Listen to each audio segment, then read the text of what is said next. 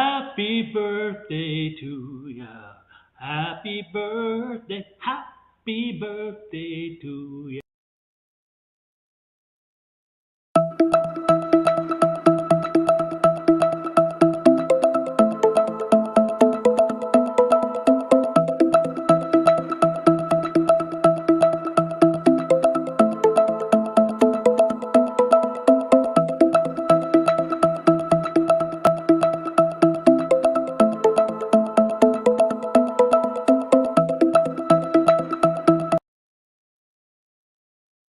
So when I started on this healing journey, about 2 years ago, my life was like really unmanageable, and I got shut. You know how the universe or God kind of like taps you on the shoulder, you don't listen, kind of gives you a little push, you don't listen, shoves you to your knees, you still don't listen. I got shoved on my ass.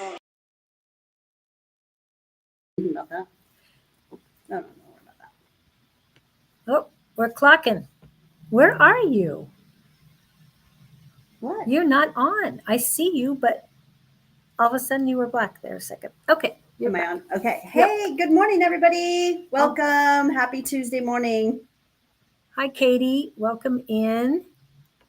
Welcome to our live with Julie and Claudene, the spiritual show that flows. And I just want to get the fun stuff out of the way real quick, you guys. This is for entertainment purposes only, okay? And we take our information very seriously. So it's for the people who have eyes to see it and for the ears to hear it. That's what our information is.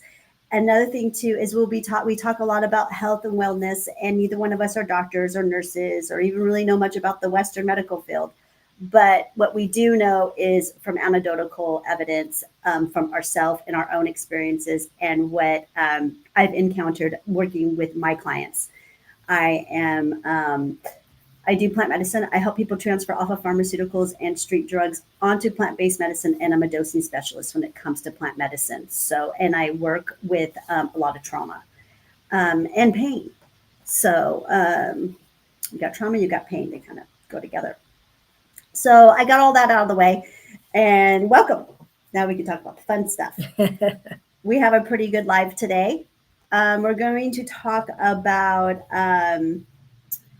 belly buttons, navels, and demons of chakras. If we have time, get into that. If not, we can save it for next Tuesday. And then my third one was Provoking spirits. Provoking spirits, you guys. Provoking spirits. So who's all in here? Good morning, my sweet dear friends. Oh, Debbie. Hi, Debbie. How are you? And Katie's from Missouri, which I will be going to next week. Yeah, you'll be. Yeah, we won't be here next Tuesday, so it'll be the following Tuesday if we don't get everything done. That we want to talk today. Yeah. So how's everyone doing out there? We are wet out here in Arizona for the first time on my side of town. For the first time probably in a couple years. I woke up yesterday morning to the washes being full of water. It's been a really long time since I've seen that. And then this morning when I was driving in, those washes were full of birds and animals bathing. So I thought that was really cool. That's like a really great gift given to us here on northern Phoenix area, because it's been a long time since Mother has pounded us with water like that. So it was a lot of fun. I played in the rain yesterday. Yes, I did capture some rainwater, about 4 buckets full. So for my plants.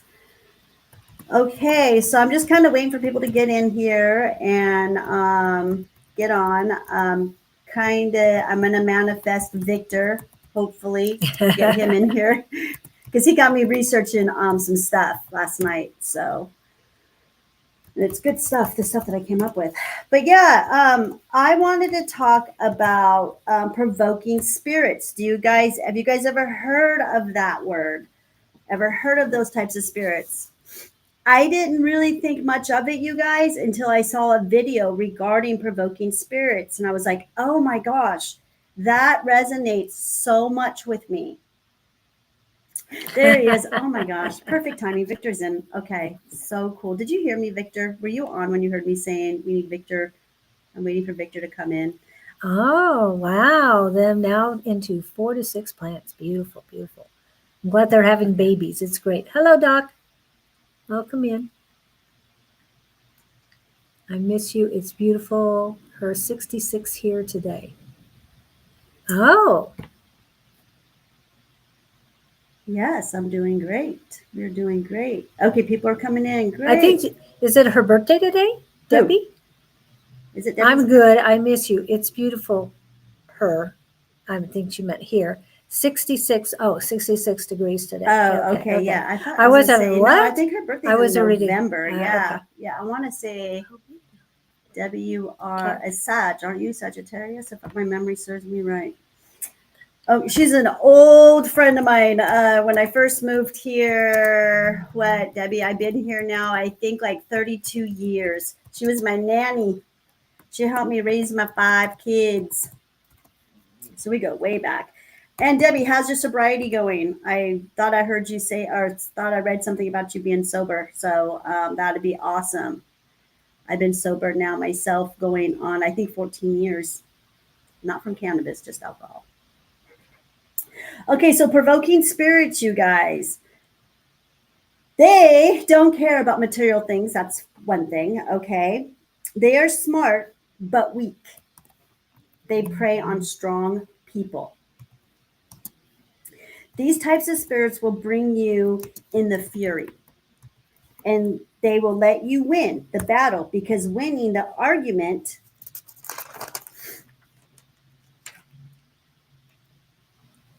does not make them feel like they won. It's about them getting you out of your character. Provoking spirits. And wasting your energy makes them feel like they've won.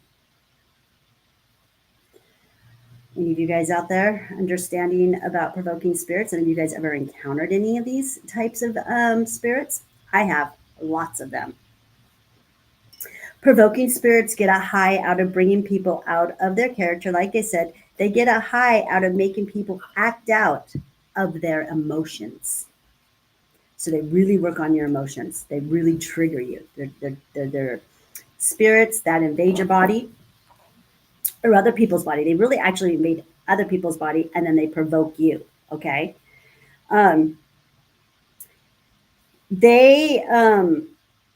You need to know how to identify these things, okay? Because they're everywhere, you guys.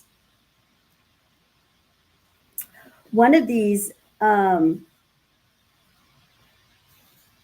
you can practice, control, and protect yourself when you are around these kind of energies, because they will attach to you, and other people are carrying them.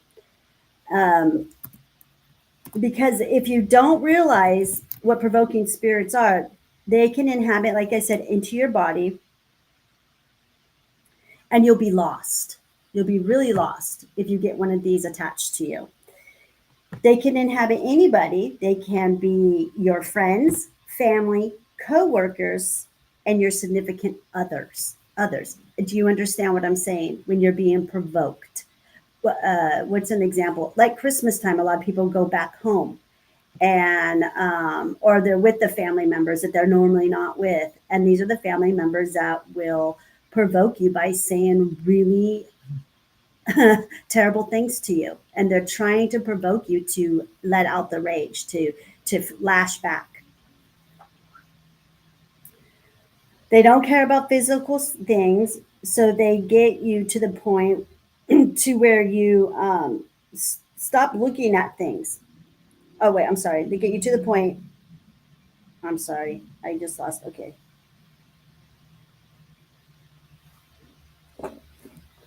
Yeah, you guys. So right here, you know what? You have to always stop looking at everything so physical. Energy is real. Yes.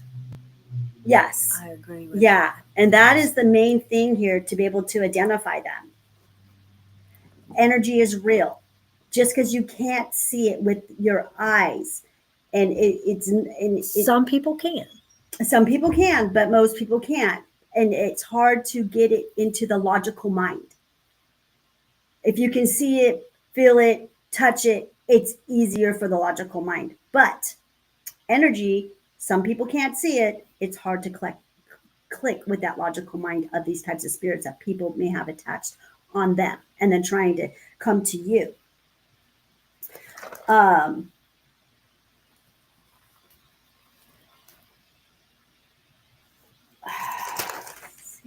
Okay. They want to unravel your life, you guys. That's what they're doing. And that's how they win. Okay. They'll get you to the point where you just throw your life away. And all that spirit is going to do is find a new vessel and repeat what they did to you to another person. So when your life seems like it's coming apart and you're not doing so well, and you're around these other people who provoke you, and they're always provoking you to do, stupid stuff, rage out, think negative thoughts. I don't know if you guys were on the show last Tuesday, but we talked about telepathy. And I feel like provoking spirits really, really mess with you and get in you so that you're not putting out good energy and good thoughts out to the ether with your telepathy. Can you see me read some of these comments? This is one of the things that is some spirits with me. Yes, spirits are with you, Doc. Hold on just a second. This is what Victor put in here.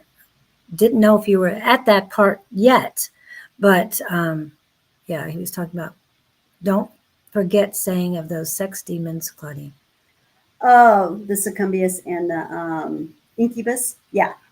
Okay, those are other spirits. Those are sexual spirits. Those are different from provoking spirits. Provoking spirits, I'm trying to explain this to you guys. What's an example? When you're significant other, I mean, like I've had mine who just provokes me and provokes me and provokes me till I start drinking. That used to be a thing. When I was trying to get sober, you guys. Right. I would get provoked to do sexual acts that I didn't want to do. And that was more the incubus thing. Yeah, and that is, but it's a mixture of the provoking spirit. They work together, you guys. Yeah. You can be invaded by all kinds of attachments. It doesn't have to just be, they don't come in at one at a time because they're literally draining your energy. And they work in different ways. Like they make you think you're winning. That's a provoking spirit. When you feel like you're winning that argument, it lets you win. That is the name of the game with them. So I want to say that the one thing that I see provoking spirits is a lot in the workforce. Yes. Coworkers provoking you to say and do things that you normally would not. You normally wouldn't do. And that's when you have to say, whoa, wait, what's going on here? Yeah. And again, we talked about this last week on how to discern your thoughts and right. And how to let them keep on floating on by, especially when they're bad thoughts. And you can always ponder and see where they came from. But look around who you're with. You attract what you are. So yeah, I thought provoking spirits was something really interesting to talk about this morning because I've never heard of it until I saw the video. Oh. Yeah. And this guy went into a real long video of provoking spirits. I wrote down a couple of these notes that I have on here. And then, and of course, this all just came to me yesterday. Everything always comes to me like, this was late last night. Usually Mondays is her. Yeah. Well, no, Sundays. It'll start for me on Sundays. And all of a sudden, then I do my live with Anne. And she brings in more information. So she's the one who brought that information in last night. So then she can't be here with us this morning. So I'm going to bring it in with our live too, because I know I have a lot of people who like to listen to us in the morning too. Well, our morning. Yeah. And I'm so much more fresh in the morning because last night I couldn't talk. I was so tired. Mondays are a rough live for me to do Monday nights because I've already worked 12, 14 hours. So and Kevin wants to know how to get rid of them. How do you get rid of them? You just don't let them get attached. Identify with them. And then if you do get one, you have to just provoke it out, get it out of your body and just say you cannot be here and you detox yourself. you do know how to detox yourself, right? From those spirits. You cleanse yourself out really good and clean out your living area. And honestly, you're just going to have a talk with that person who's provoking you and set those boundaries. A lot of boundaries. I don't think I've come across a provoking spirit in quite some time, but I see it here, you guys, in my storefront where I'm located at my healing facility. And I see, because again, I know I sound like a broken record, but I'm next to a bar. So I hear a lot of drunks. I mean, that's when you really can hear the provoking spirit, you guys. So I never knew what to call it. I would just call it the drunky spirit, but now I got a title for it. But yeah, just cleanse yourself, detox yourself, and tell it, it has to go. Don't feed it. And a good detox, I would say, would probably be, I would definitely use oregano oil and cleanse your area, your air, especially the air you breathe, with some sage or Palo Santo or rosemary or whatever you have. To purify the air. Yeah, just for the toxins. I'm not talking about literally cleansing the spirit out. You want to clean the air out, what you breathe. Okay.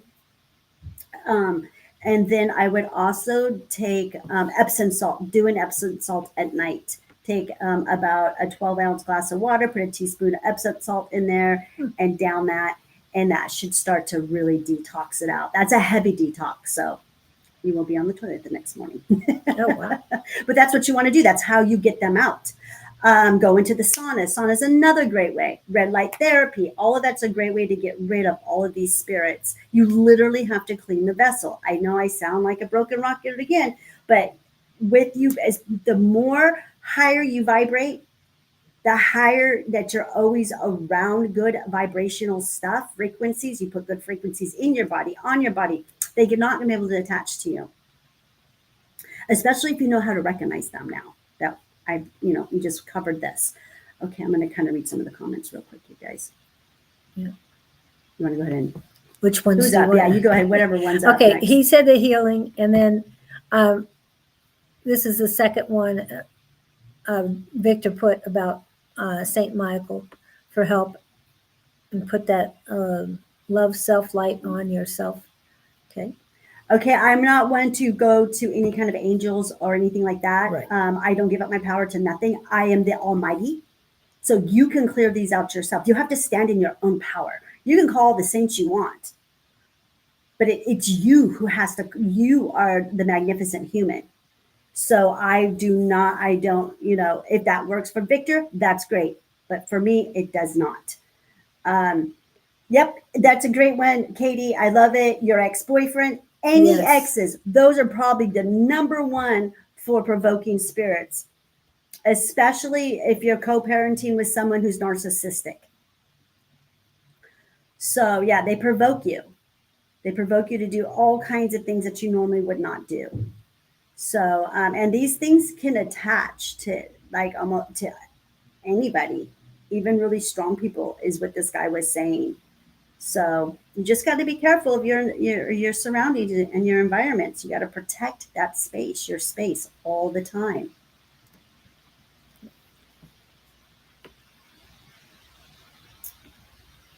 Okay, anybody else? The golden stone.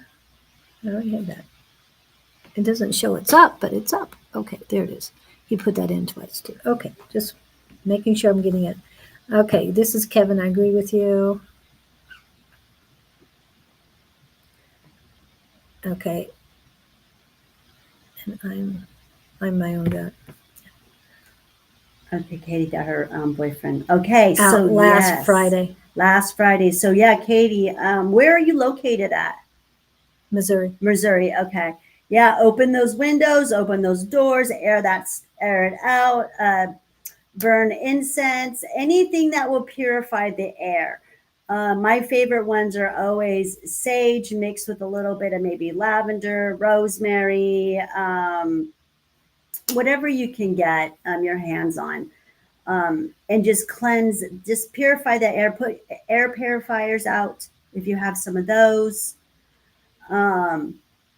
And really get your windows and doors open and just air that out, air that energy out. Like if someone died in there, okay? Right. Well, the other thing I would suggest too is sweeping left to right in front of your doors. And I'll even use it, a little whisk brush, to do that on my windowsills on the outside. And then put down salt. Salt takes care of the negative energy and keeps it out of your house. So yes, that's a ritual that a lot of people do for new moons at the beginning of the month. But now that you're saging today, now that you're starting a new life, this is a new life, and those anybody who has difficulty, you know, is starting over again or starting a new chapter in their life, it's a good way of getting things taken care of and preventing those negative energies coming back in your house. Transmuting the energies. Transmuting. Yeah, transmuting. Yeah. That's what you wanted. That's how powerful you are. Victor, yes. He just said he can send, and we can too. We can send you love and light. That's how powerful we are. And for you, and we send this energy to you. I'll do a sound bowl energy cleanse for you. Send it over to you. This is real stuff. This is how energy works. That's how, again, how powerful we are. And yeah, and like I said, you don't have to use sage, Katie. I mean, you can use candles, you can use all kinds of stuff, whatever it is that you have to purify that air. And like I said, just transmute those energies and keep doing it until your energies just feel so nice and calm to where you can't even smell him in there or anything. Okay. And anything you have of him in there that has his energy on it, I'd get rid of it. Like clothes, toothbrush, whatever, any stuff like that. Get rid of anything that especially the areas that he hung out the most. Make sure you really, really transform those energies. The weather here is great. Someone did actually die in her house. Oh. Her boyfriend took his life in her bed 7 years ago. Katie, oh my goodness. And she's been living with that for a while. Have you gotten rid of the bed? If you still have that bed, I'm not.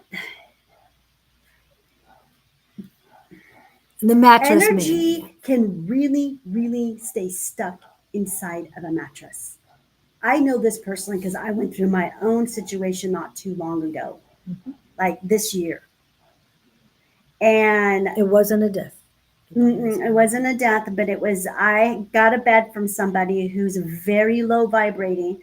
And when I took the bed apart to get rid of it, because I was gifted a brand new bed, that's spirit was telling me I need a new bed. Anyways, I was having all these crazy sex dreams. That's not me. I knew it wasn't my energy. And I was saging the bed. I was cleaning the bed. I was doing everything you can possibly think of. Okay. And this was a new room that I had just occupied. And so I was doing all this stuff, trying to transmute the energies. And then one night I went to bed, and then spirit the creator told me, you got to get rid of the bed. The energies in there are so deep. You're not going to ever be able to clean what happened on that bed. It was very negative, nasty, sexual person owned that bed. And it was true. It was true. She was a whore. Horrible demons, just riddled with demons inside of her. So when I found this out, got rid of the bed, and then, of course, a new bed came. I manifested it. And yeah, a box in the bed. That's what I wanted. It was a bed in a box, a bed in a box. Yeah. And next thing you know, I literally got it that same day. Someone came and they were moving, and they had a brand new one, and they gave it to me. Anyways, so when I moved that bed out, you guys, on the other side of it, blood everywhere, blood stained all over it. Oh yeah, it was bad. It was so bad. I was like, oh my! I was sleeping on that. So, Yeah. anyways, went ahead, got rid of it, I even got out of that room and with the new bed, and I have not had any more of those succubus or incubus demons coming at me while I'm sleeping. And what I really learned, Katie, most important is that and I always knew this, but I really learned it again, that lesson again to another degree. You've got to protect your sleeping space. Yes. You are most vulnerable when you are sleeping. And that is when spirits can come in and attack you. Think about it. You're sleeping. So where you sleep is very important. So I don't know if this bed is like actually bad energies. I mean, it could be good energies. I don't know. Go ahead and read what she wrote. So everything out of there is gone. Dang. It's good. He shot himself.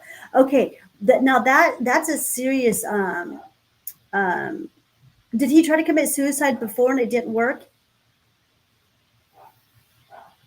I'm just curious because I have friends, they only went to shooting themselves because they tried to kill themselves 3 other times and they woke up and I want to kill that fight. Now, should I have done it before we started the show?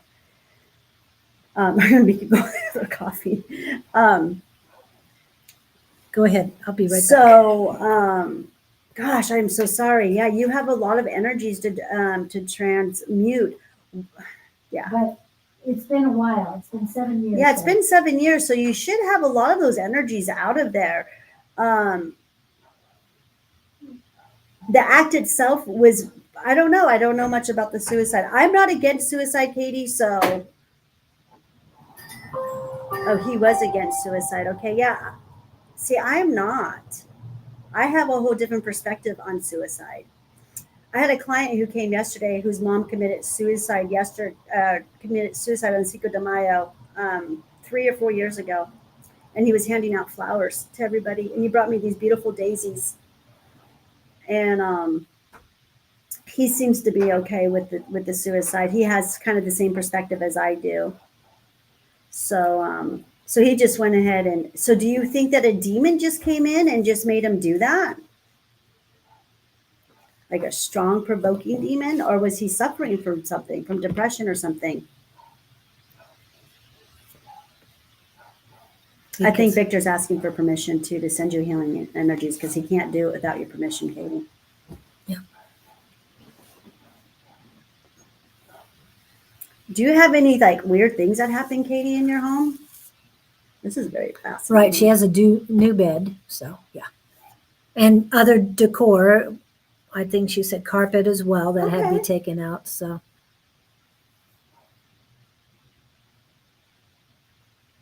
He was suffering. Okay. Yeah. We have many celebrities that we hear about that have committed suicide. Robin Williams is always one that comes to my mind. Yeah, but I think they're sacrificed. That's the cabal stuff. Yeah. We have a lot of people in our life that commit suicide. None of us are immune to it, I don't think, at this point. But he did what he needed to do. I'm sorry he left a mess like that. That's the thing. The way that they do it has such a strong hold on you, and if he was to take pills and just go to sleep, you wouldn't have to deal with any of that mess. And if he did an opiate overdose, he just goes to sleep and boom, he takes off, he leaves his body. But when they do it so messy, they leave such a mess for the ones behind. I was in school at Mesa Community College one day in the classroom, and we heard a bunch of sirens, a lot of craziness. Come to find out, a man drove across a busy intersection and committed suicide while he was driving a vehicle with a gun. Yes, that's how he did it. And it's just very, very strange to know that happened outside and hearing the after effect of it, and all those people around there who who saw it. I mean, it was huge effect on a lot of people. People don't understand that. They think they're only doing it to themselves. Yeah, you know what? I just feel that they go somewhere that I'm going to tell you I couldn't imagine. Yeah. They go somewhere to be able, they have to get themselves into an emotional state of mind that just drives them to do that. And who's to say that it's not a provoking spirit, you guys? Exactly. I mean, it's most likely not them anymore. It's not them. I mean, they got to go somewhere. And I guess you just have to be in that situation to understand it. You know, we can empathize as much as we can, but that's the only thing I can say. And the one next thing I can say is that I do not believe that suicide is bad. I think it's fine. If you're tired, you're tired. If you want to go, go. This planet is brutal. This is a rough planet to be on, especially these past 50 years. So I get it. I get it. I haven't put new carpet in. I have carpet pieces covering it. I understand suicide, and they don't do it thinking about anyone else. Yeah. It's their own pain, but they don't see any other way out. Exactly. Yeah. Exactly. Yep. I like that perspective, Katie. Very good perspective. Yeah, just do your best. Cut that carpet out. Put some tile in. Well, she said that she cut it out, but she has carpet covering the spot. Or carpet covering it, yeah. Yeah, and I know I really people don't understand what peroxide is good for. A lot of people use chlorine to get rid of blood, but I would suggest, even if it's still stained, I would use peroxide to get up the stain. And sometimes you have to mix it, use a little rubbing alcohol with it to get the blood out, but it can be done. Hopefully it'll still be able to be done even after 7 years. But I know that combination works, and it works a whole lot better than chlorine, and it does not bring in poison. It won't bring in the poison like chlorine does. So I'm just saying. Yeah, if it was me, I'd rip out that carpet and put in some tile. Yeah. Well, I don't know if she can do a whole. Or rip out the carpet and you never know what's underneath that carpet. It might look good. It might be a nice piece of cement. You never know. Well, in a lot of places back east, here in Arizona is not as common, but a lot of places, and I know you pulled up most of the carpet, but a lot of places have hardwood floors underneath carpet. I know one house here in Arizona that has that, but you never know how beautiful it can be underneath.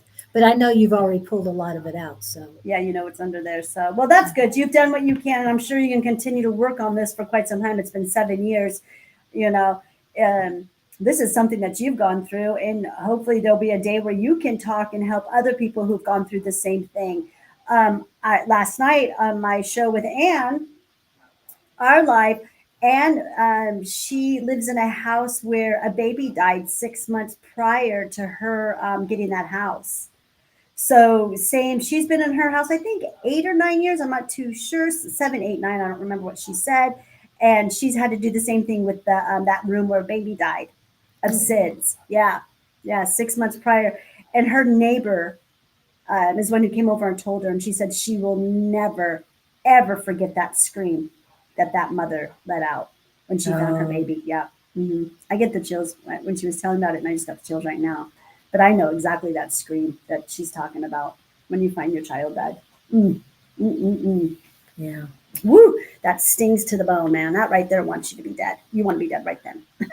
You don't want to go through that. That's like, I think, a parent's worst nightmare. It is for a child to die before you do. Yeah. Well, look, more positive notes here. Yeah, let's go ahead. So, you guys, this is a fun thing. Okay, so I know that I've got Victor on here, and he was on live last night talking with me about belly buttons and navels. And I did some research on the one that you said after you got off and I got off the show I looked at your comments, Victor, and I totally researched this morning sunflower oil. Okay, I had to. I just had to, and I did it, and there's some cool stuff about it. So I did add that to some of my information. Okay, so we're going to talk about navels, belly buttons today because you guys, the one thing about me that I discovered very early on in my career was delivery systems. Okay. I realized how important delivery systems are for medicine. And I thought I pretty much got them all covered, but I knew there were more out there. I just had to give it time for me to learn. And I did. I learned a new delivery system on medicine last year, and it is the belly button, the navel. It's another way to get medicine. Okay. And I want to cover my cup because this fly just keeps flying all around it. Okay. So the navel is life itself. All right. The navel, the belly button is located in the solar plex chakra system. Okay. According to science, the first part that is created after conception is the belly button, which I think we all kind of know that, right? Like, I think that's something that I feel like a lot of us know that already. So, and science has backed it up. I'm not one for science, you guys. I really don't believe science too much, but that one I do. Again, do your discernment, right? Mm-hmm. After it's created, it's attached to the mother's placenta through the umbilical cord, which is why it's life. It's how you're here. You're here and you exist because of the belly button, the umbilical cord that gets attached. Okay? So think about that. That's pretty big in itself, you guys. The umbilical cord. It's a very important thing, especially when you give birth. And then think about what they do, which I don't believe now after doing all this research and understanding the belly button. Okay. Now, where my journey started was for those who know and have been on this show for a while watching us, I got really sick last September and October and November. Real sick. For a minute there, we thought maybe I may have had a stroke, and we weren't too sure. And I was working with a doctor. I had a doctor on my team, and it really showed me that doctors really don't know. They don't know what they don't know. They'll guess and they'll throw things out there and they'll have tests done for you, and all the investigating tests that I got done, I would look at and do my own discernment because the one thing about Western medicine is that we do have some pretty cool tools out there for investigating further into the body. That stuff I do believe in. So anyways, I got no real help, you guys, again. Okay. And it wasn't a stroke. My lymphatic system went out on me on the whole entire right side of my body. My feet swelled up really big. I could barely walk. But anyways, I'm 5, 6, 7, 8 months now, and I'm back to pretty much being normal. I was an avid runner and exercised every day prior to this. That's how I knew I was getting sick because I had to stop somewhere. I think it was in the beginning of September. And then that's when everything was just downhill until about January. That's what led me to do my detoxing. But anyways, while I was doing that, when I first got sick, the first thing I started doing was sticking urine in my belly button. And for those that don't know, I practice Shimbambu, which is urine therapy, and I am a practitioner for that now. Okay. So that is where I started with working with the belly button by putting my urine in there. Well, I also use castor oil every night, and I put it on my feet and my toenails, and I drink it every night. Well, my higher self said, stick some of that in the belly button. So I started doing that, and that was probably around February. And then I have always had pain in my belly button. Have you ever had pain in your belly button after giving birth? Yes, most of my pain though you didn't talk about other things in the belly button yet, like Anne and what she went through. Yeah, no, we haven't gotten to that. No. I went through some of the things that she did, but not You exactly. did? Yeah. Okay, what happened to you with your belly button? Mosquitoes love me, but their favorite place was my belly button to bite. Gosh. And remember, as a kid, I was wearing shorts. So my waistband was always over my belly button. How they got to that, I couldn't tell you because it wasn't exposed, ever exposed. So, They could bite through clothes though. yeah, but elastic or something, and then I couldn't understand it. Yeah, that's crazy. As a kid, I couldn't understand how it happened, but it happened. So, and having to deal with that every summer when I went to Missouri, and yeah, That's brutal, you guys. Anything that bites you through the belly button, yes. It needs to be addressed. Yeah. Again, Western medicine's not going to believe it, or they're going to be like, "Oh, you're fine." And I'm going to point something out about when it comes to mosquito. When a mosquito bites you, it releases its poison into you, its parasites into you. That is what happened with the ticks. Okay, so last night on my show, my co-host, just like Julie, was bit by ticks in her belly button.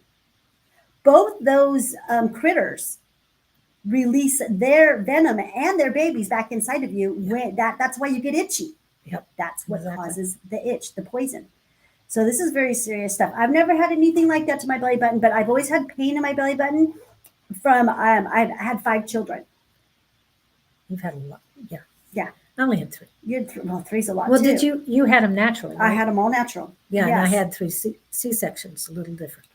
And I remember putting peroxide in my belly button after I'd have a baby. It was just always painful. And it was very painful even after I stopped having babies. I would play with my belly button and it would feel so bruised and her would be like, "Ooh, why does it hurt? What did I do?" Good. Talk to the doctor about it. All in my head. It's not there. They cut it out. Fine. Yeah, it's fine. I'm just like, no. So anyways, back to when I was sick and I went ahead and I started putting the urine in there. It started feeling a little bit better. Then I added the castor oil in about February. For any of you guys that remember, in I think it was March or 1st of March, I started releasing really big parasites, huge parasites. And I know when I added that castor oil, it did something. It released whatever that was, which was probably a parasite, just unraveled it and boom, it came out. It has to be one of the many dozen parasites that I gave birth to, which I gave birth to a couple different types. I think it was that real long one. I do. I don't have that pain anymore. It's gone. Anne doesn't have her pain anymore. Hers is gone. She used oregano oil. But hold on. Before anyone starts sticking oregano oil in their belly button. Okay, hold on. I'm going to talk. What I'm going to do is I'm going to talk a little bit more about what the belly button is in Ayurvedic medicine. And then we're going to go, I got a list of different oils that you can use and the benefits of them for your belly button, okay? And oregano will be one of them. Katie got both mosquitoes and ticks in her belly button. When did this happen, Katie? Most likely. How long ago was this? You're going to like this segment then, because this one's going to be for you, girlfriend. And if you guys are interested in this urine therapy and how to put urine in your belly button, just comment and I'll talk about it. Otherwise, I'm not going to say much about it because that's kind of a whole new topic in itself. Urine therapy is. Okay. So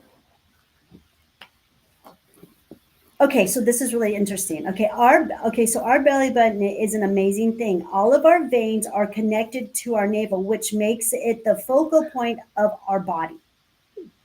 I know.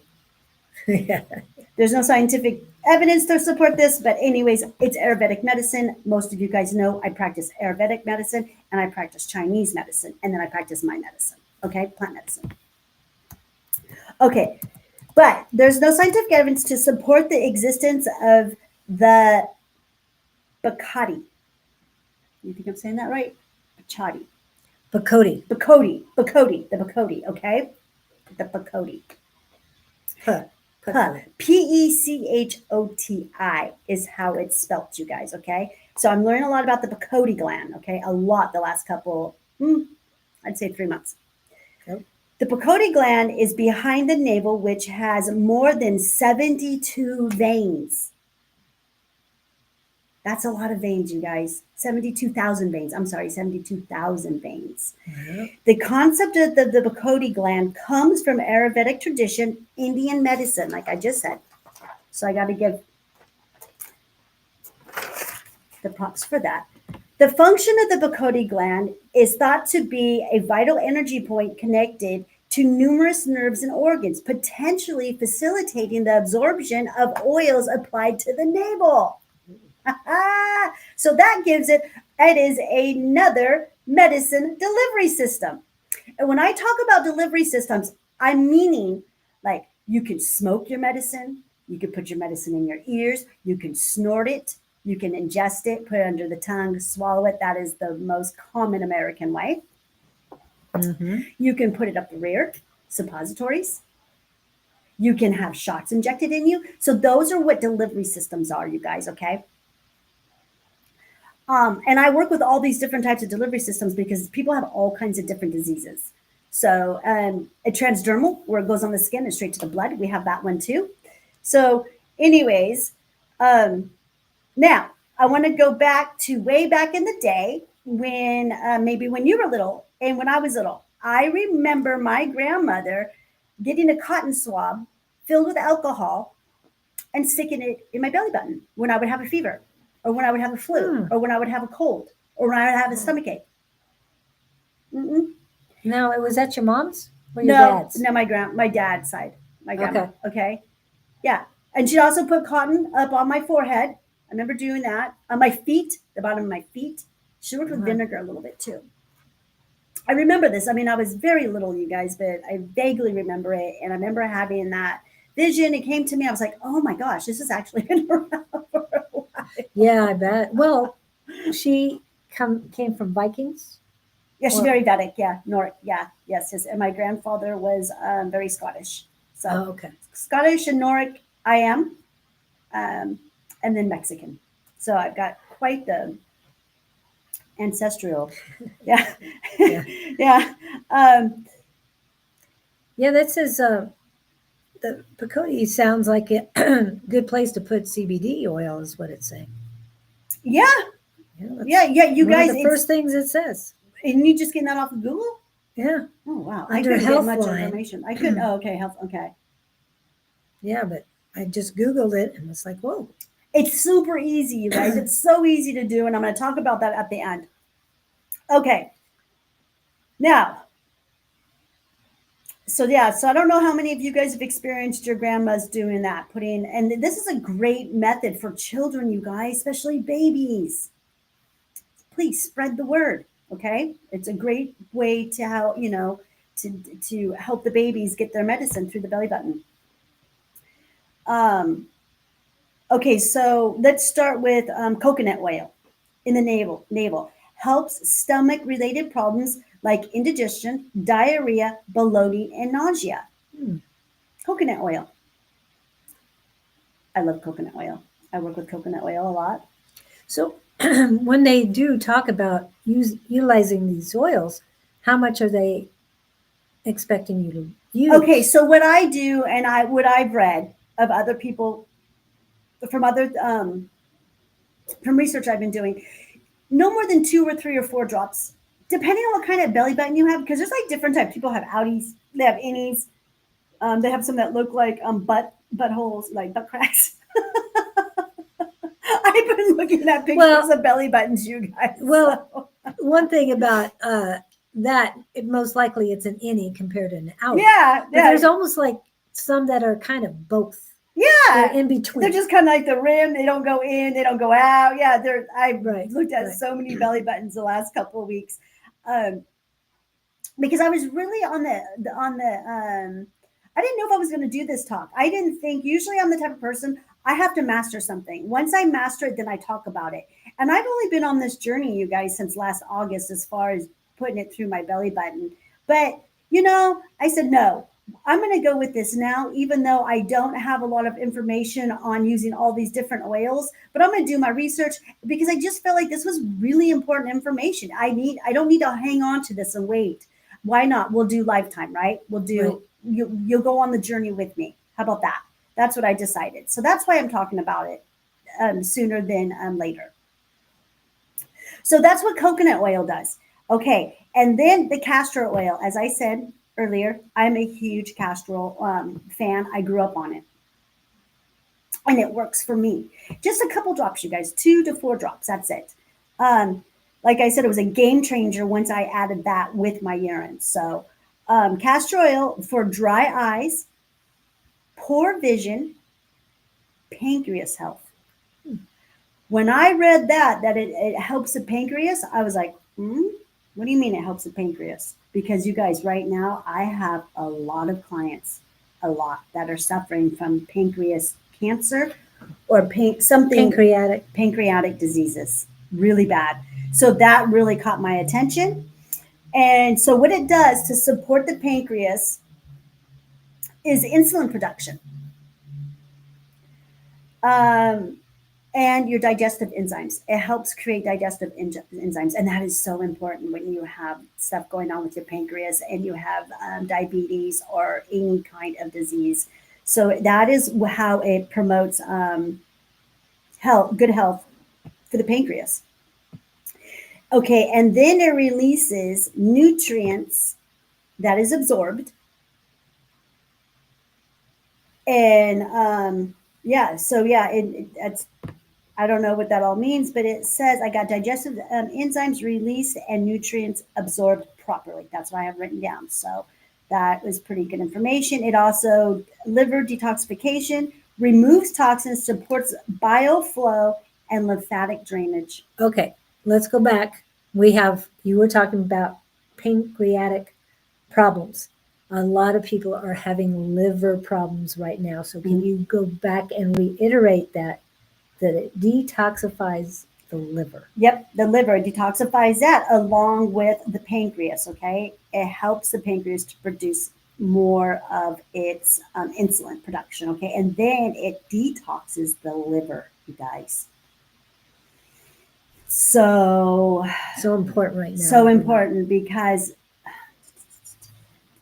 my parasites were in my belly button, my small intestine, large intestine, my liver, which was a liver flukes. Well, you also mentioned the gallbladder. And the gallbladder. Well, the liver and the gallbladder is right next to each other. And the gallbladder takes care of the toxins from the liver.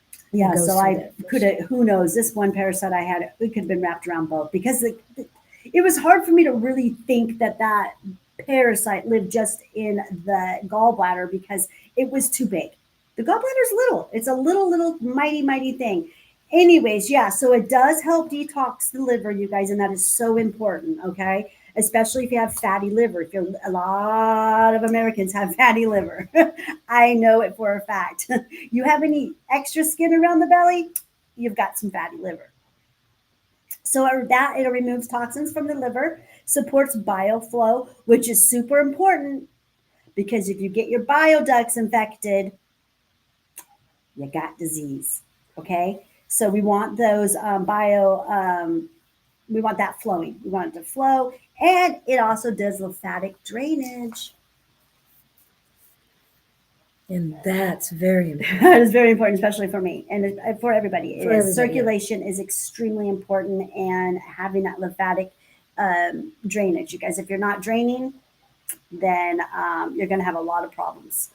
Your system literally just stops working like it did for me. My whole right side just stopped. It was horrible. I just swelled up. It was the strangest thing. Anyways, another good thing that it does that is really cool, I thought, is it balances hormones. It supports adrenals, reproductive glands, balances hormones, eases PMS, yay, menstrual cramps, and supports fertility. So that is a few things that castor oil does. So that's kind of a lot. So that's what I wrote down on there. And then the next one I have neem oil.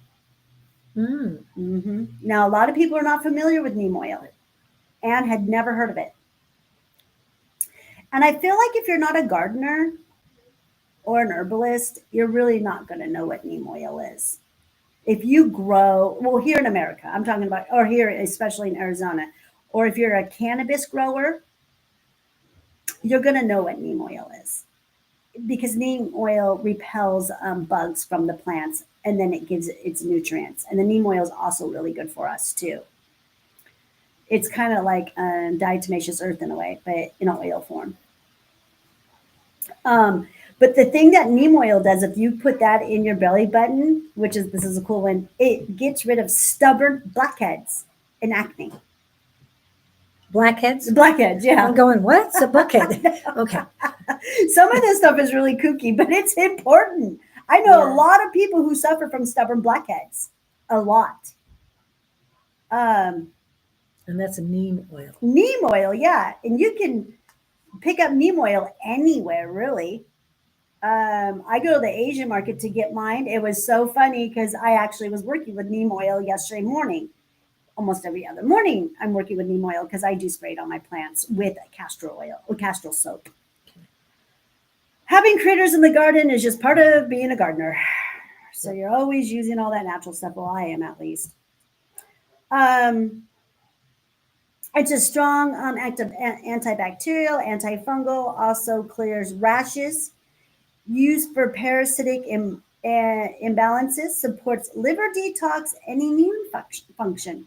So it's another one that's good for the liver, along with get rid of your blackheads. Okay, so this is the next one. This is really fun, you guys. This isn't really an oil. This is more of a fat. And this one's fun. And you're going to get a kick out of this one. Ghee. Yeah, it's a butter. Your butter. It's basically clarified pure butter. Clarified pure butter is what it is. That's what I have written right here. So anyone who doesn't know about ghee, which I know Julie knows a lot about ghee. I've learned a lot in the last year or so. Yeah. Because that's all I use is ghee. I don't fry with anything else. I just fry with ghee. Yeah. If I can't fry it with ghee, then I really don't. I won't cook it pretty much.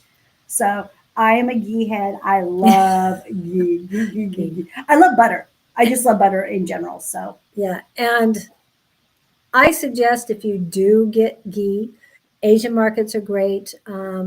There's also Mediterranean markets, Indian markets. I don't know about the Indian markets. I haven't really looked, but I would think that they would be okay with it and sell it. But get the ghee that's in the glass. Glass is important. You were saying there we go with our telepathy. Yep. You were saying what I was thinking. Yes, glass is very important. It's going to taste a lot better. If you want to get plastic, and that's all you can find, then that's all you can find. It is what it is. Just take it out of the plastic, put it in the glass, bless it. Okay. Yeah.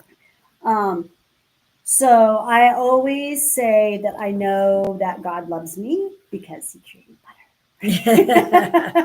And there are people who do love butter a lot. I understand that. But one thing about the ghee, even though you might use a lot, you really don't have to use as much. Oh, a little goes a long way. A long way. And you can reuse it. Like I can make her eggs. We always have breakfast after our thing.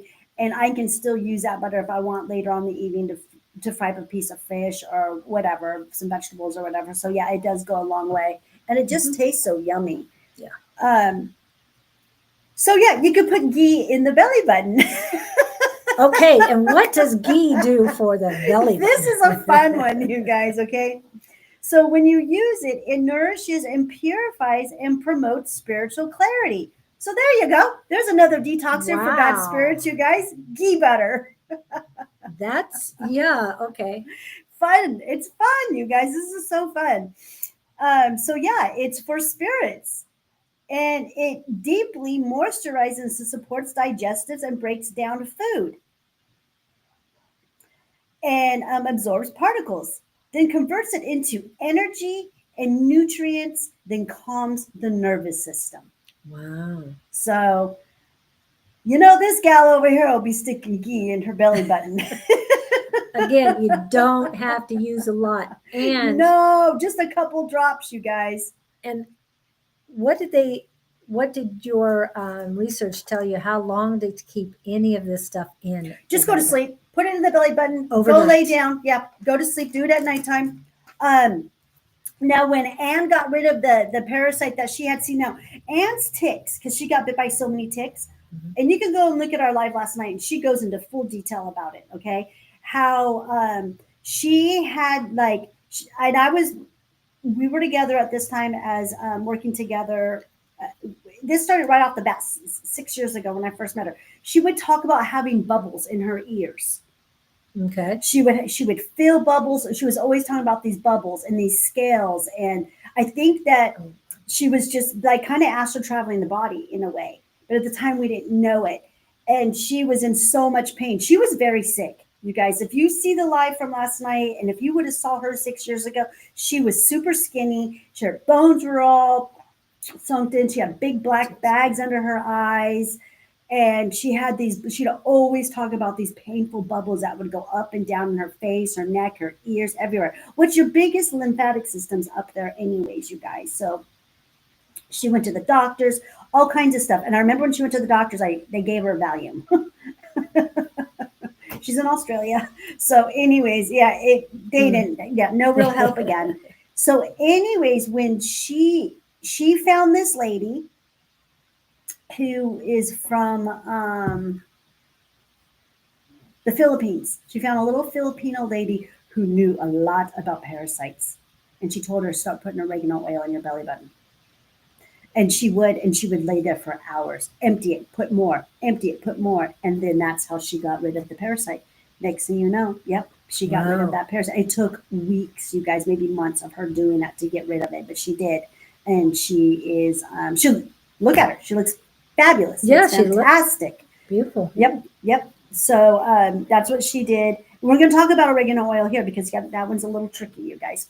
I'm very fluent when it comes to oregano oil. If you see the back of me, I sell my own made oregano oil that I make, okay? And I sell it and I promote oregano oil. It's on that side? I think it's my spiritual herbs are right up here, isn't it? Oh, I thought you had the tincture. Okay, yeah. Yeah. Capsules. Okay. Then Yeah, there it is. Yeah, they are. That is the tincture in the corner over there. Yep. Now, I know you were going to talk about oregano oil. What about black seed oil? We'll get to that one. Okay, good. We'll get to that one. Okay, I'm going to do my oils, girl. Yes. I just want to make sure you're including those. I know, right? Ones, yeah. This is a lot this morning. This is a lot, but I think it's kind of fun. It's different. Okay. And I know there's not a lot of people on right now, but please share. And when we're done, again, please share. I'm going to share this because there's a lot of great information here. There is. That you're not going to get anywhere else, obviously. So please share that and keep sharing it. Maybe with different people next time, but keep it going. Just spread the information. You know, this is why I do this, you guys. I mean, if you were to call my facility and come in here, this information costs you $250 an hour for me to sit here and do this. So I like to do these lives. You get 4 hours a week of free information from me. Okay. And plus I put a lot of work into this, guys. This is like a few months of research work for me. Okay. So the next one is almond oil. I used to use a lot of almond oil and I had to stop because. Yeah, I understand that you want to do a show on bees. However, right now we've got all these oils to get to. So we will we'll put that in the suggestions. Anybody with a suggestion on different things. And I'm with you on the bees because I'm very, a lot of things we need to add honey to. And again, I don't want any honey that is touched plastic. It has to be completely metal or glass, nothing else. So I'm very picky about that. Very smart. Okay, so almond oil, I used to use a lot of my products when I first got started many years ago, but I pulled it out because a lot of people are allergic to nuts and stuff. So I just ended up eliminating. I did enjoy working with almond oil. It is a mild, sweet, rich in nutrients. When you put it in the navel, it boosts skin elasticity. So for women like, and that's aging being women, good for me for right now. aging Yeah. women, it's very, very good because we're losing our elasticity because of our hormones. And it will make you, it helps your skin glow, supports brain health. Who would have thought? Yeah. So with all these oils, should we do one a night and just do each different one? I say, well, find out what element it is that you're trying to you're trying to get rid of. Cancer. Yeah. Narrow it down and then try that for a couple, for at least a good month, and then move on to the next one. I was going to say 30 days. Yeah. Okay. Give something at least 30 to 60 days, especially when you go natural and holistic. Okay. It's just the way it is. That's a thing. That's why people don't like going natural and doing holistic, because it takes more time. It's not an instant fix like when you go to the doctor. Understood. Okay. And it enhances dry skin. Oh, I'm sorry. It's good for dry skin and hair health. And another Guess what I'm doing. Yep. And guess what? Between eyes and skin. Okay. Good one. And it also enhances libido. So for anyone out there who needs to, spike up their love life, there you go. Almond oil in the belly button. Pretty simple. Okay. And then olive oil, which is a very common oil that everyone uses, that is in probably almost everyone's pantry. Another thing, get olive oil. All these oils should always be in glass, you guys. Whenever you get oil, it should be in a dark glass. Mm-hmm. Okay. The ghee is okay to be clear.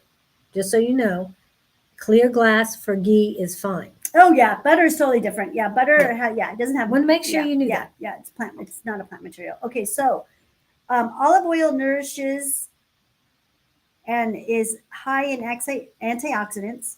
Healing benefits improve circulation, reduces inflammation, helps balance blood sugar. Useful for cardiovascular support. Oh wow. Yeah, so it's really good for the heart. Olive oil. And if that reduces the inflammation. So olive oil, I just think, is a really simple one because a lot of us have that in our cabinet. So now the next oil I got, which is a rare oil, and I've never really used this oil in my life. Maybe you guys might have a few ideas about it or have your own story about it, but mustard oil. And I know you can get that at any health food store and in abundance. And the same with the Asian markets. Asian markets, this one right here next to my facility carries like 6 different types of mustard oil.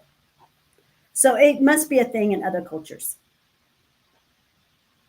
Okay, so put that in the navel, and this is a good one. It helps dry chapped lips, removes harmful bacteria through the bowel movements, but it keeps the good bacteria.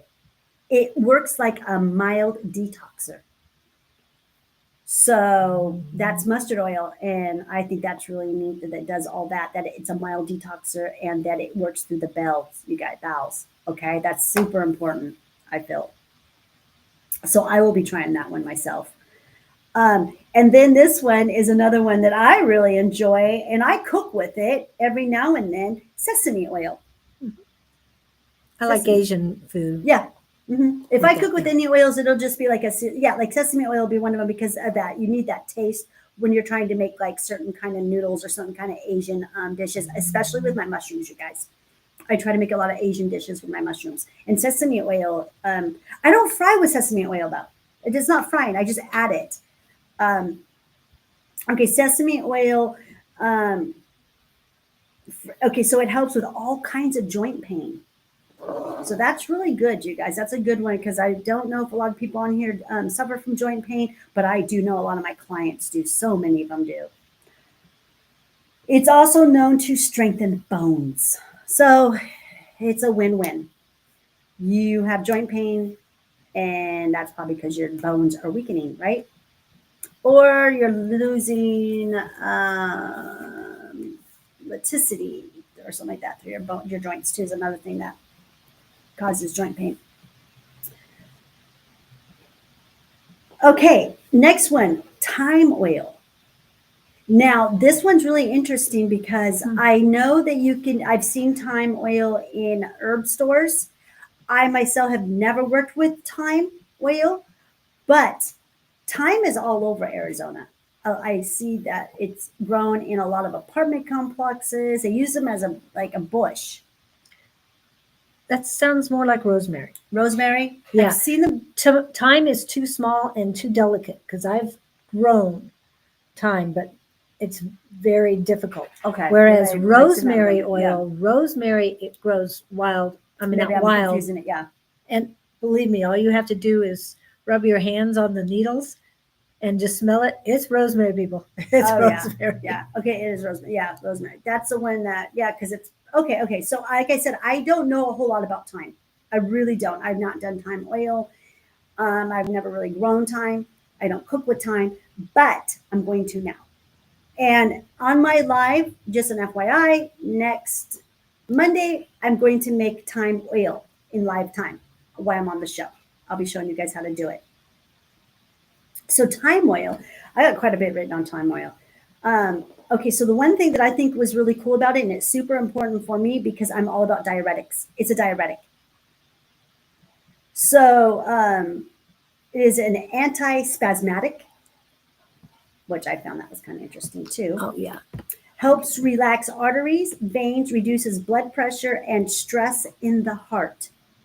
So it sounds like thyme and sesame oil mixed together could be a really good thing for a detox for around the heart.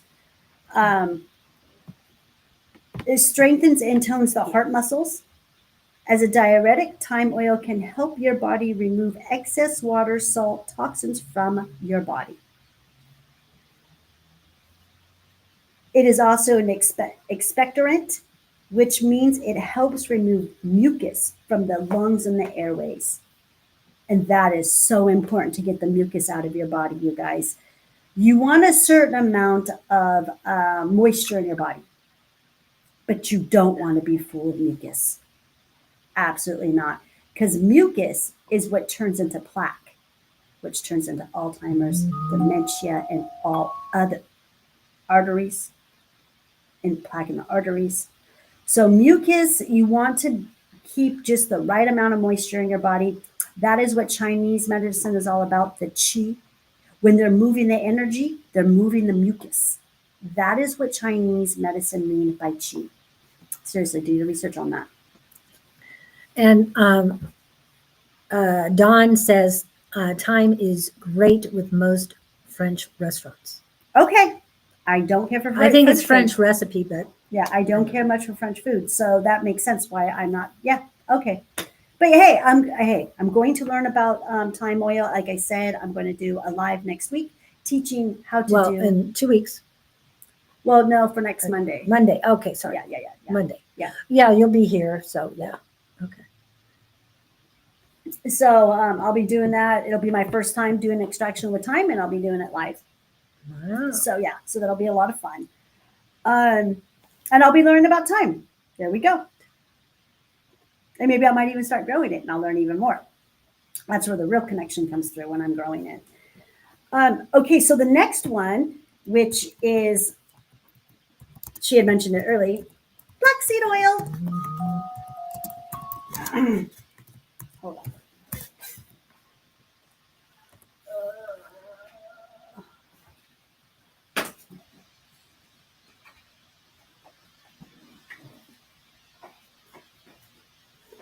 Okay, I'm a huge black seed oil advocate. I love black seed oil. These are my capsules. Let's do a little bit of backstory on black seed oil. It is highly regarded as a universal healer. King Tut, when they exhumed into King Tut's tomb, it held so much value in ancient Egypt that he was wrapped all in it, in black seed oil, black cumin, leaves, and flowers. It was all over his tomb when they found him. And then another claim that the Egyptians make is that it heals all but death. Everything but death. Okay. Everything but death. And I believe it. I've been working with black seed oil probably for, oh gosh, let me see. I don't know, 12 years now. And it's really what, I don't have this written down on here, but it literally can cure anxiety and depression, especially when you're withdrawing off of opiates or benzodiazepines or alcohol. So it literally saved my son's life. There was a point in his detox where he told me to take him back to the mental hospital. He wanted to kill himself. And he couldn't stop the thoughts. Wow. And to save some money, I said, can you try this black seed oil? I've read a lot about it. It's really good stuff. And he did a little bit of reading himself. He took a couple tablespoons. He woke about 6 hours later and he's like, Mom, the thoughts are gone.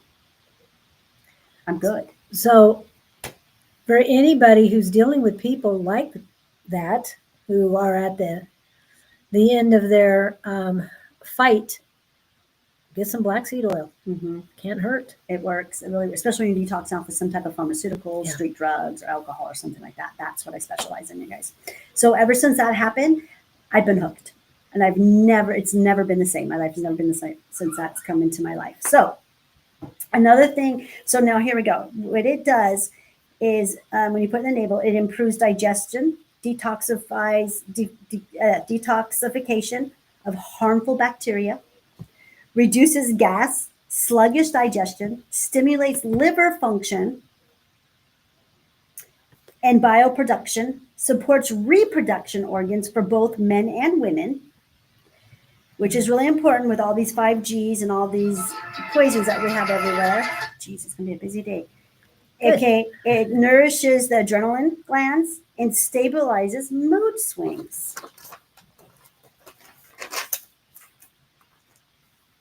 Helps with joint stiffness and muscle tension.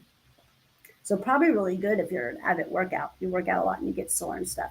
Useful. Oh, this one's great, you guys. I found this very interesting. Useful for autoimmune conditions. And it is gentle, but very powerful, has a very powerful way to support the body in managing autoimmune conditions, especially when done consistently as part of a holistic detox and healing routine, such as rheumatoid arthritis, RA,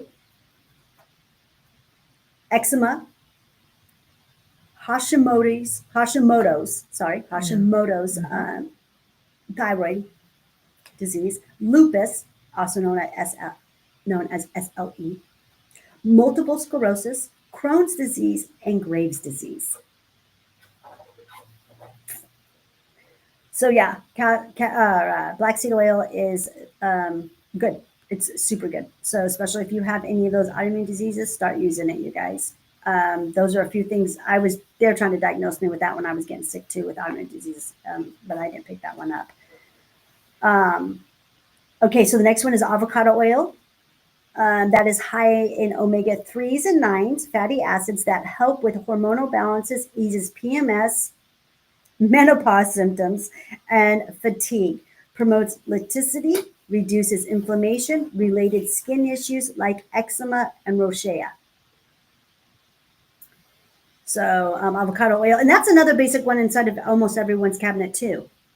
So that's what avocado does, avocado oil. Okay, here we go. We can get to the oregano oil. Now, when it comes to oregano oil, you guys, you got to use it just a little bit, okay? Especially putting it on the skin because it will burn. Like I don't ever advise anyone to put oregano oil on their directly on their skin, especially for animals. No, just a few drops. You just need a few drops because oregano oil is that powerful. If you're going to use it in the belly button, mix it with another carrier oil. Mix it with avocado oil. Mix it with something, you guys. Ghee, something. Please be very careful. That is how strong oregano oil is. It's very strong. It's very powerful and needs to be used with caution, especially when applying it to sensitive areas like the navel. So that's what I wrote down. But what oregano oil does is another, okay. Oh, look. You started to do sunflower too. So. Oh, where's my oregano oil? Okay.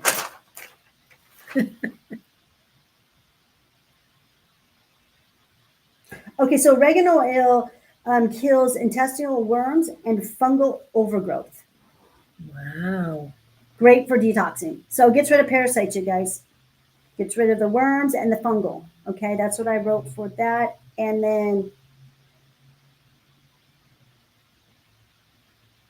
okay, it also helps with the immune triggers from infection, reduces pathogens that can inflame autoimmune diseases like EBV, candida, or gut infections, lymphatic drainage and detoxes, and clears congestion, moves toxins, microbiome, repairs health. Wait, toxins, repairs, helps, rebalances gut flora, reduces leaky gut symptoms.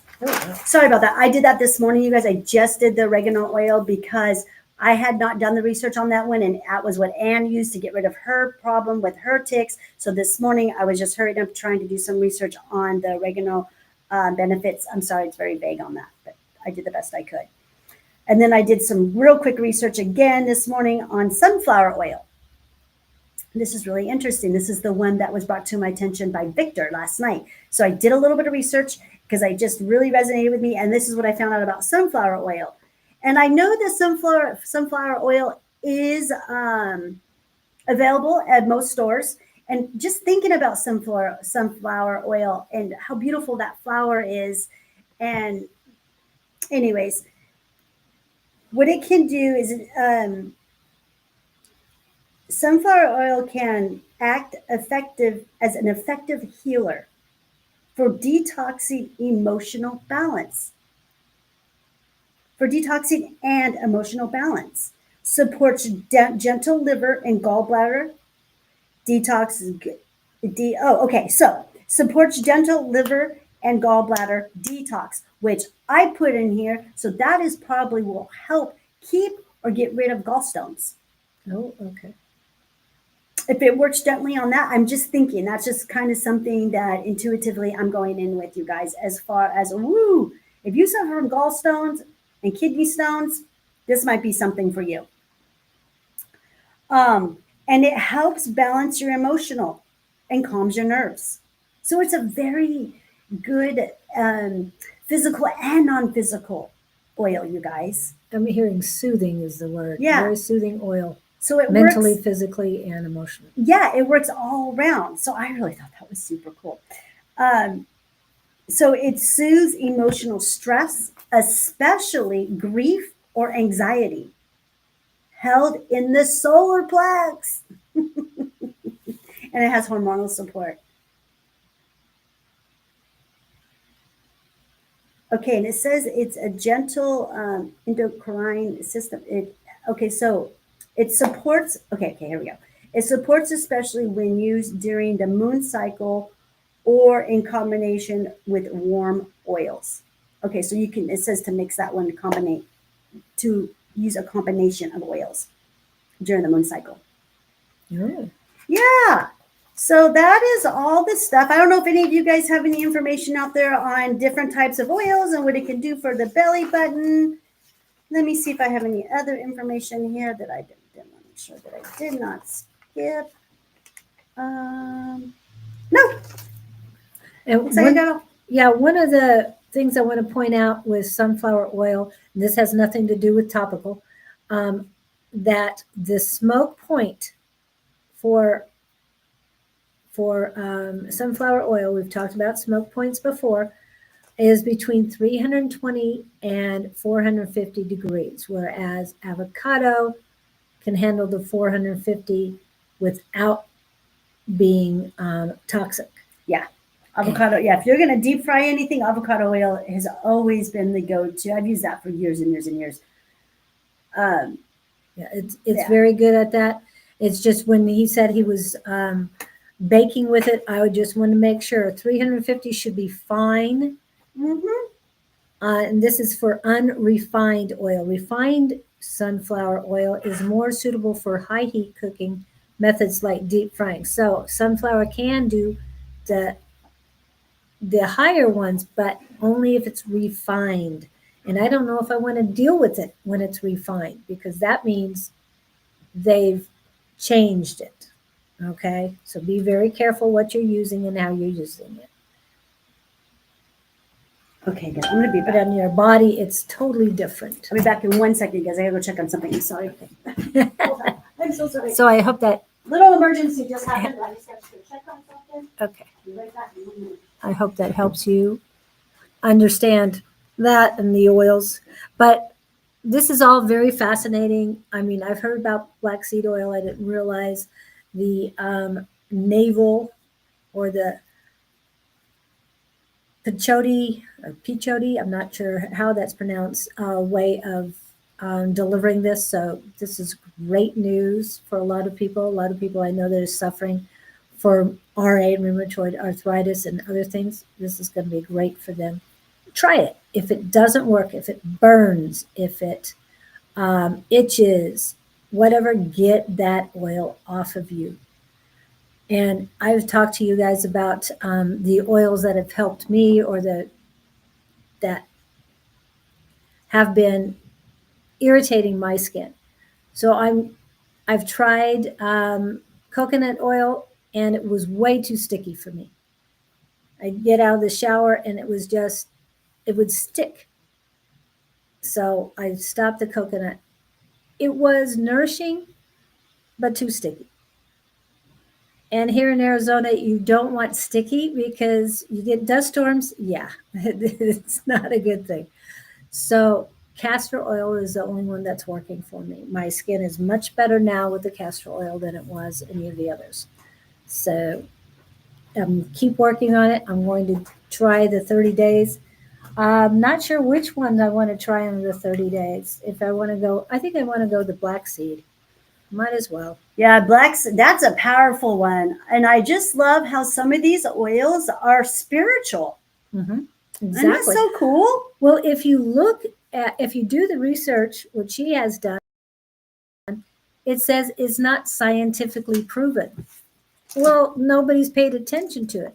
However, people have been utilizing these various oils for hundreds of years, if not thousands of years. Okay, so it's old medicine, and it's probably an original delivery system. I do believe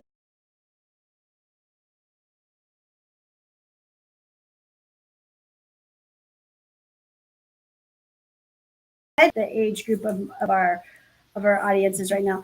But back in the day, and I can remember this vaguely because I did give birth to my first child in the 80s.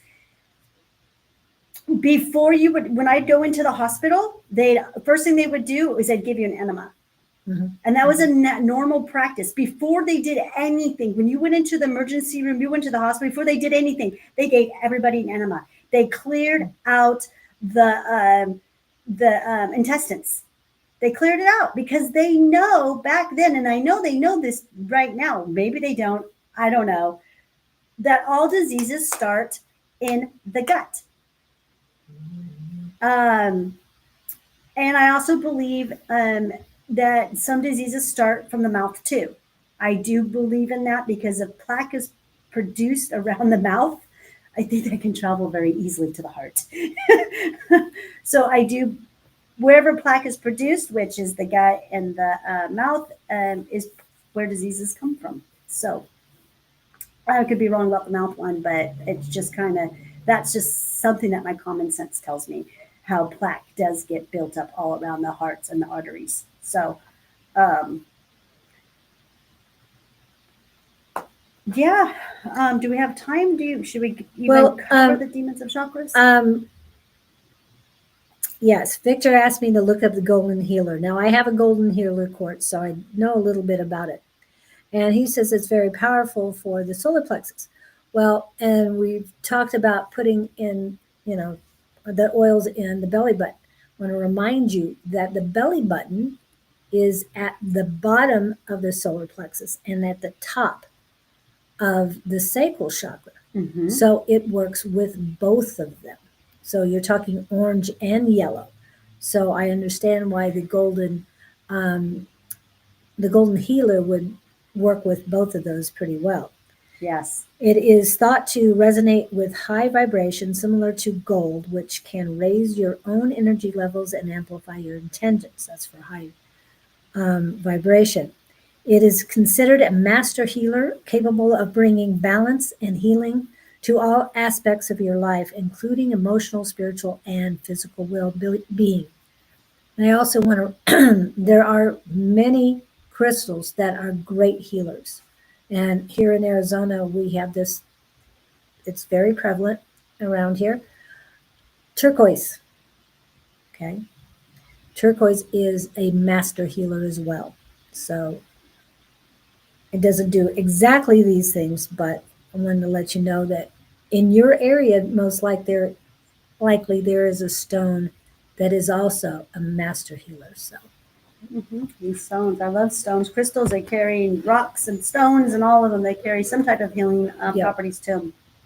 holding mine, it was holding a sex toy. What? Hold on a minute. I didn't get all that. Solar plexus and the rest of the chakras. Yeah. Chakra balancing is often associated with solar plexus, which is connected to confidence, power, and self-worth. Okay. So I don't know where you get the what it has to do with the sex toy, but okay. Who is that? That was Victor. Yeah, he's being attacked by some kind of incubus or succubus or something like that energy, because he's been I think it's talking. incubus. Yeah. Incubus. Yeah, he's thinking about too much, which that's the Lilith demon. So, What sign is Lilith in for you? I know we don't usually do astrology, but Victor, on your natal chart, where is Lilith with you? Just a question I have. and I don't know what planet she's not. What planet is she connected to? It's not. Is it not Saturn? Lilith is a black moon. The black moon. Okay. I thought it was Jupiter, but I could be wrong. Which planet is Lilith? That you need to do some cleansing to? or something. Your move or something. You must have got something attached to, or in your new place or something. Maybe whoever lived in that place before you was a high sexual person. Oh, you're right. I've noticed that the demonic sigil of Lilith contains the planetary symbol of Saturn, and Lilith's moon symbol is basically the inverse of Saturn's planetary. Okay. Well, most of these demons, most of them come from Saturn. So that's why I say Saturn. Saturn's like, they're always associated with Saturn, or what's the other one? Not Jupiter. Mars. Mars is a war planet. Mm-hmm. Mars, Jupiter, Neptune, Orion. Orion. Yeah, I was just going to correct myself on that one. So, yeah. But yeah, it sounds like the Irish, it's O'Brien, but just kidding. Any other comments come in? I can't see on here. Mine just went blank. Yeah, all your comments left. Yeah, they're all gone. I've got just a big, nice blank screen right there. And we keep getting frozen. Yeah. Oh, you keep. I was frozen on hers, and you're still.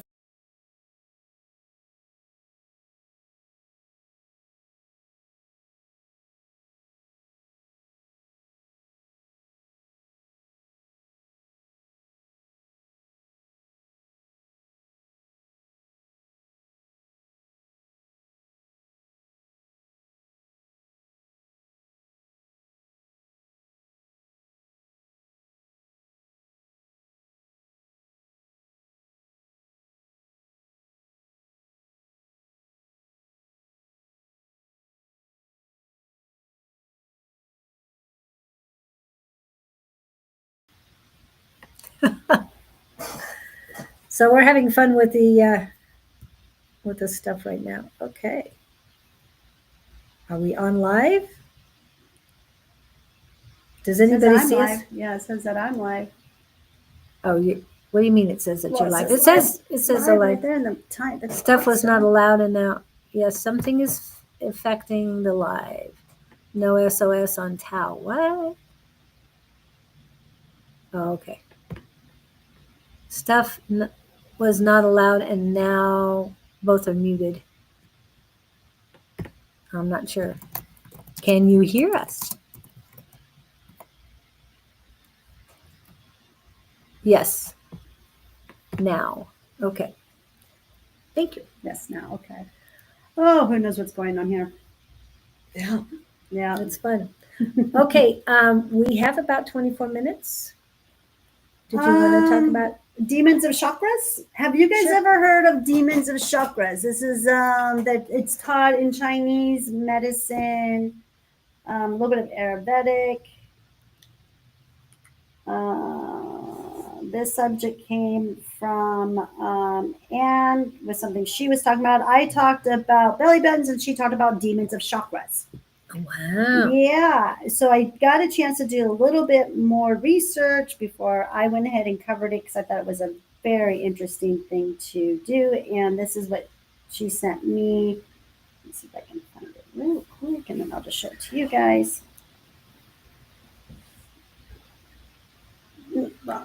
There we go. Can you guys see that all pretty good? Demons of chakra, crown, attachments, illusions, lies, grief, shame, guilt, and fear. And you can Google it, demons of chakras. It'll come right up. It's out there. It's information. So they are symbolic representations of psychological, emotional, and energetic blockage. Yeah, this is how you get blocked in your chakra system. It's one of the ways.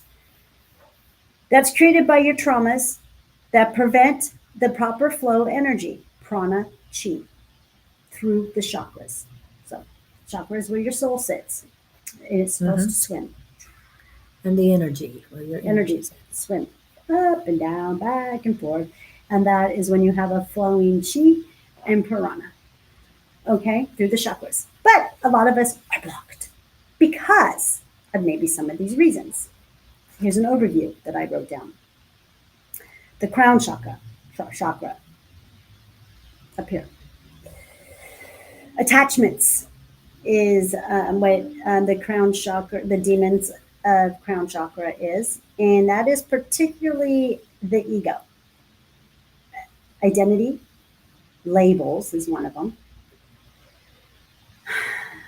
We see a lot of people who carry big egos by their title, like their title gives them entitlement to, like doctors. Doctors is going to be my number one example because I've worked with a few of them myself because they're doctors. Because they're doctors. They're entitled to so much.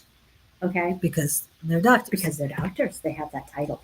So there's an example of having attachment to something. You're attached to that title. You're attached, your ego. And it's when you're very much attached to the material world. You're attached to your car. You're attached to your phone, your computer, social media. Okay. So we have a lot of attachments. That's the demon of the chakra. Okay. Of the crown. Third eye, God's eye, right there in the middle, where your what is it? Okay, anyways, they say is illusion. So, especially the illusion of separation and duality. Pineal gland, that's what I was thinking of. Oh, yeah. Your pineal gland is right there, you guys. I'm very much into the pineal gland. Big time, you guys. It's all about detoxing that. And that is why I'm so deep into mushrooms. Because that's what mushrooms help detoxify that that third eye to get you connected to your melatonin so you can go to sleep just like that, like I do. Okay, so so the third eye is illusion, and the illusion of us being separate and of duality. We are not separate from anything. We are all one. We are all together. Without being together, is there any real happiness? When we're together, and we understand that we're all one, we all harmonize together, which makes a much happier, peaceful life for those who practice this kind of stuff. The throat. Throat chakra, right here. That's a big one. Yeah. Lies. That governs the demons of lies. Self-deception and a lack of authentic expression.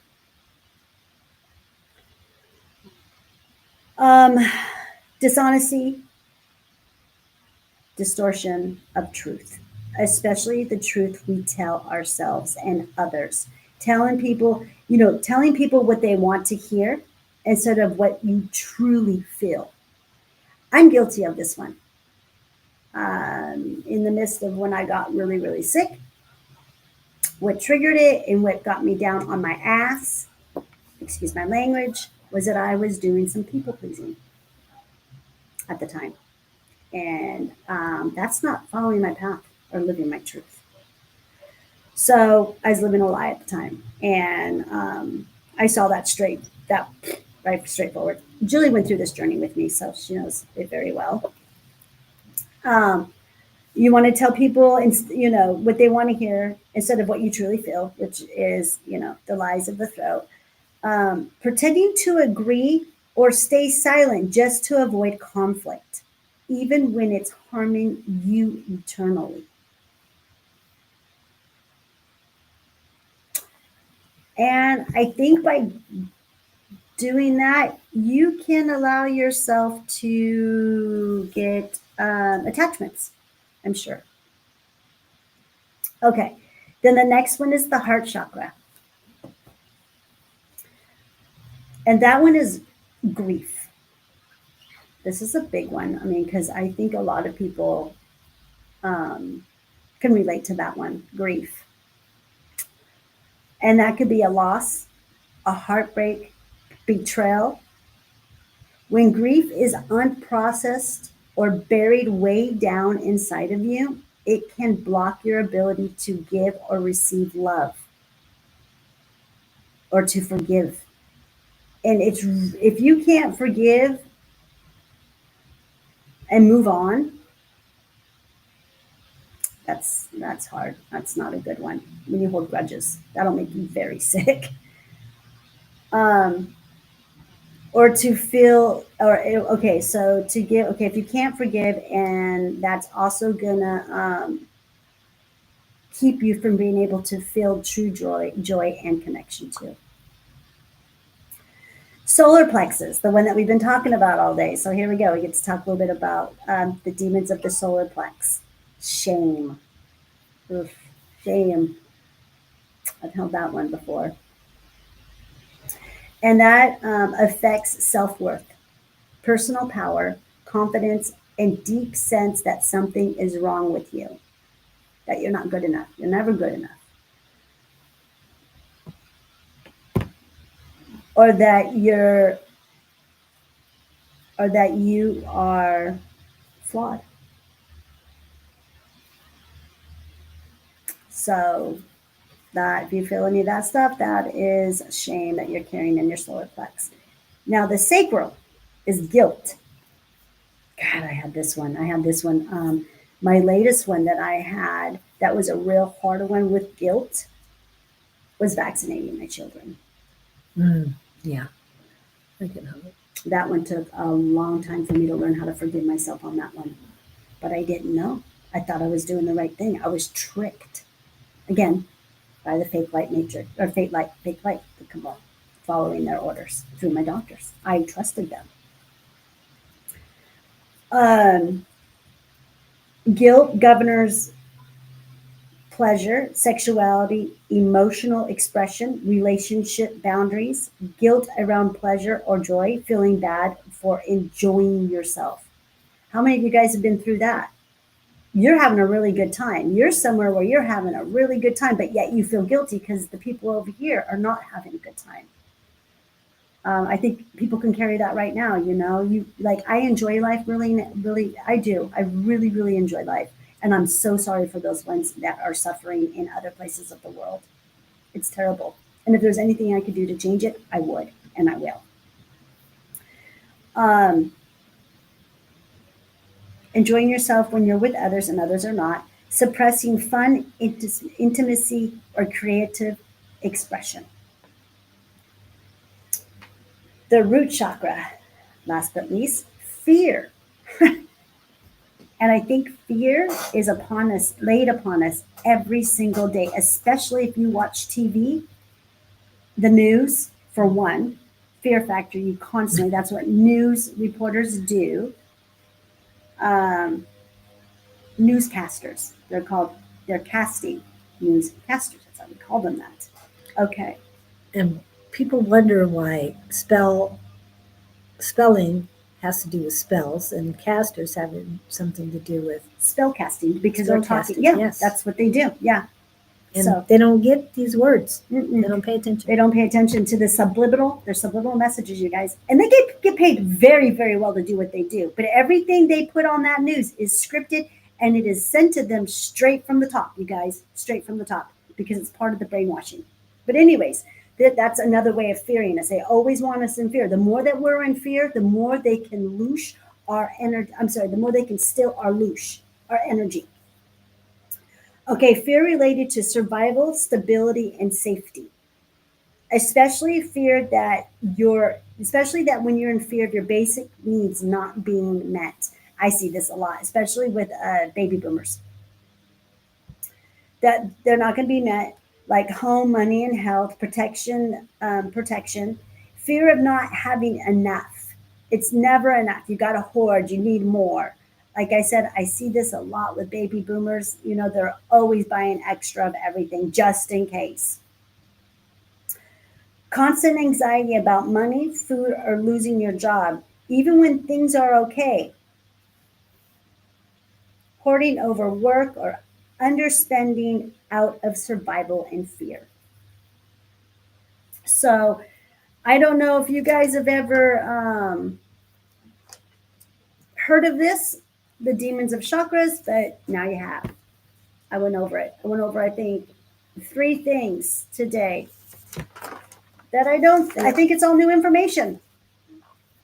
I think it's really good information.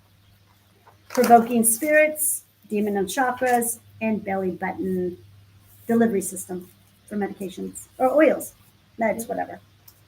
So please share, everyone, because if you're getting anything out of this, someone else might as well. And then again, if it doesn't resonate with you, someone else might resonate with them instead. So please share this message because it can only help.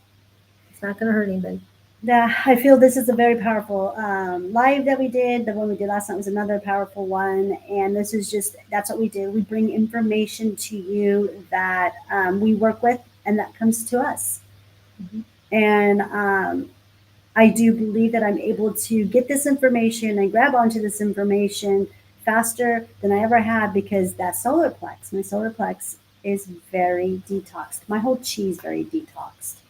So, and I continue to detox it. I don't know if this purifying ever stops. I really don't. Because It seems like you purify yourself and then you walk into a room somewhere full of nasty energies and boom, you got more attention. So you got to detox those. And that's just kind of part of being a human, right? Being on this planet. Until we do become a planet of full duality. I know that this planet will be completely different 7 years from now. I do know that there's a lot of people out there that are not woken up to the truth and are to their truth, my truth. We all have, our truths are all different. No one's truth is right. No one's truth is wrong. It is just what it is. So, yeah, there's our show. We've got 10 minutes to spare, or 5 minutes, 6 minutes. Well, actually, we've been, there's 6 minutes, right? 5. Any questions out there, guys? Even though we got on a little later today. Okay. Just what was the minutes. Yeah. And tonight we do have the Psychic Squad from 6 to 8 p.m., which is in approximately 8 hours that will begin. And you can send an email to Don at Sonoran Mystic Tarot. Well, advice at SonoranMysticTarot.com. And he will send you an email to zoom you in. Still until rest of people wake up. Yes, but the more you share informations like this, the sooner they will get the information and start waking up. Yeah, they will. But I gotta throw this in there, you guys. Okay, I just FYI, I am not a supporter of anyone in the government. I do not like any of them. I know who every one of them is, but if Trump keeps going around doing the things he's doing, people are going to start waking up a lot faster. So all the dumb stuff he's doing, I mean, him wanting to be Pope, that should wake up the Catholics real quick. Well, seeing as how he never was, yeah, okay. It's a real life thing, you guys. I hate to talk about politics, but I got to do this one. It was on the official White House page on Twitter. It was on their official page. Again, I'm going to repeat that. And put an AI. It was made with AI. He admitted that. He admitted that. They admitted that. But yes, it's on there saying that he feels that he should be a candidate for being a pope. And if that doesn't wake up the Catholics, then, but I think it will.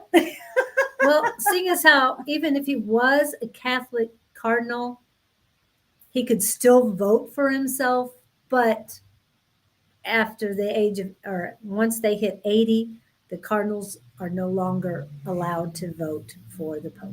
Yeah, but it's interesting. So I just thought it. Yeah, he's just drowning himself. But anyways, with stuff like that and acts like that from the cabal is going to wake people up a lot faster. So this is good stuff. This is good stuff for you, for me, and for the rest of the planet. And I think there's enough of us woken up on understanding a little bit more what this planet is about, a little bit, because there's a lot to understand. I don't think we'll ever understand it all. But as far as being the human race and that it's time, and we know that it's time for the golden ages to come in, because I believe that we are ready for something different. Yes. It's time. It's definitely time for that unity. Yep. I love these popping in on this information. Yeah, and Nova came in, so welcome in, Nova. Glad you made it. Good morning, Nova. Hopefully we'll talk later on. If it's too late, just message me. I will get your package out.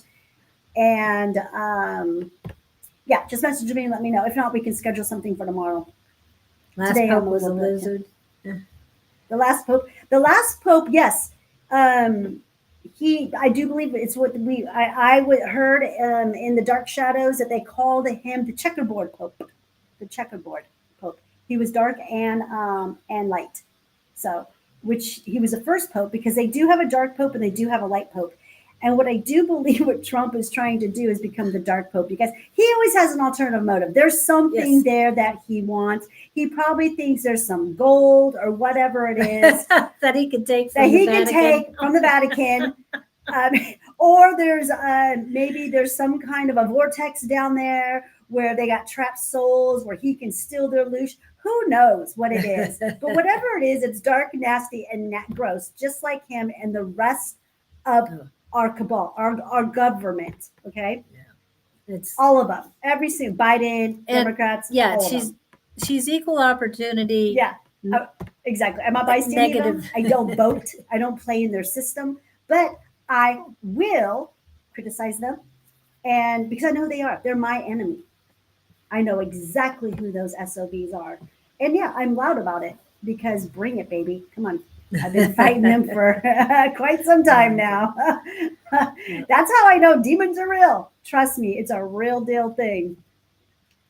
So that's tonight. We have the class. Now tomorrow morning, 8 a.m. on Ask the Angels.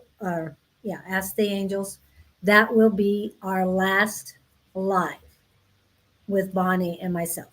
Aww. Our last live. So just want to let you know, I hope all of you tune in for that. Most likely we will have the astrology report. And I like this. Thank you on that, Kevin. Um, same shit, two separate piles. I love it. Now, on Wednesday evening, because that will be the first Wednesday of the month, I'm almost positive that Don and A5 Says will be at